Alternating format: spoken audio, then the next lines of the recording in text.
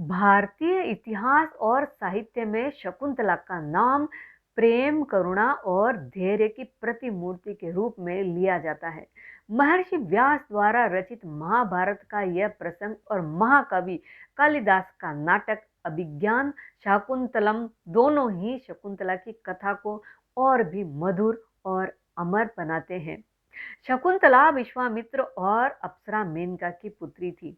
मेनका अपना कार्य पूरा होने के बाद स्वर्ग लौट गई और शिशु शकुंतला को नदी किनारे छोड़ गई। इसी समय महर्षि कण्व वहां से गुजर रहे थे। जब उन्होंने शिशु की मधुर रोने की आवाज सुनी तो उनका हृदय कोमल हो उठा। उन्होंने बच्ची को अपनी कुटिया में लाकर उसका पालन पोषण किया, क्योंकि उन्हें शिशुओं को प्यार करने वाली शकुन पक्षी घेरे हुए थे। इसलिए ऋषि कण्व ने उनका नाम रखा था शकुंतला, अर्थात शकुनों द्वारा संरक्षित बालिका। शकुंतला आश्रम में पली बढ़ी। वह बहुत सुंदर, विनम्र, गुणवान और प्रकृति प्रेमी थी। आश्रम की शांति में ही उसका चरित्र और भी उज्जवल होता गया। एक दिन राजा दुष्यंत शिकार करते हुए कण्व ऋषि के आश्रम में पहुंचे।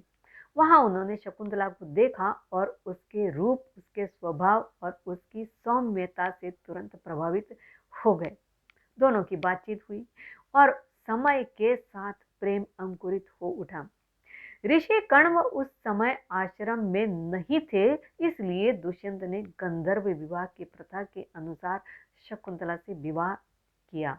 विदा लेते हुए दुष्यंत ने शकुंतला को एक अंगूठी दी और कहा, यह मेरी पहचान है, मैं दरबार पहुंचकर तुम्हें अपने साथ ले जाऊंगा।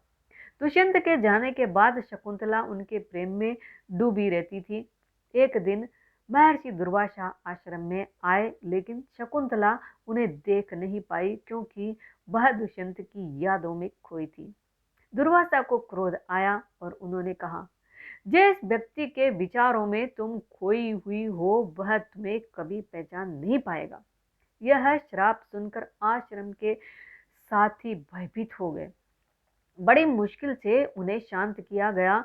तब दुर्वासा ने कहा, यदि कोई चिन्ह या वस्तु तुम उस व्यक्ति को दिखाओगी तो वह पहचान जाएगा। यानी श्राप का निवारण केवल पहचान की वस्तु से हो सकता था, वही अंगूठी।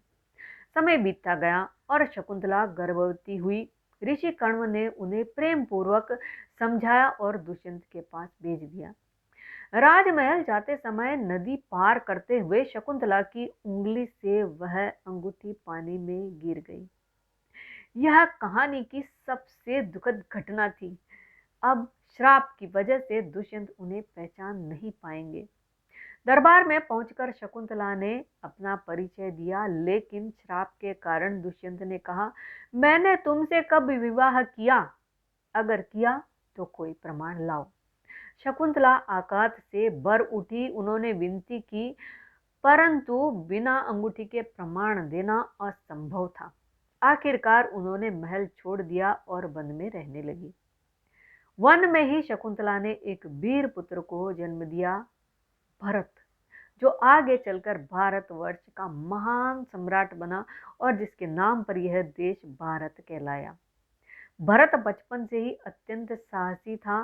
कहा जाता है कि वह शेर के मुंह में हाथ डालकर खेलता था।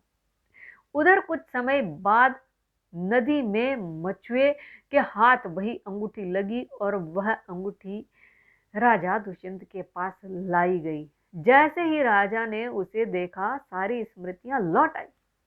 उनके भीतर पश्चाताप की आग जल उठी। उन्होंने अपनी सेना सहित शकुंतला को खोजने का निर्णय किया। अंततः वह वन में शकुंतला से मिले। दुष्यंत ने रोकर क्षमा मांगी। शकुंतला का हृदय महान था। उन्होंने कहा, जिस सत्य को आपने पहचाना है उसी ने मेरा दुख मिटा दिया। दुष्यंत शकुंतला और पुत्र भरत को लेकर महल लौटे। भरत आगे चलकर एक महान सम्राट बने, न्यायप्रिय, पराक्रमी और धर्मात्मा। उन्हीं के नाम पर यह भूमि भारतवर्ष कहलाती है।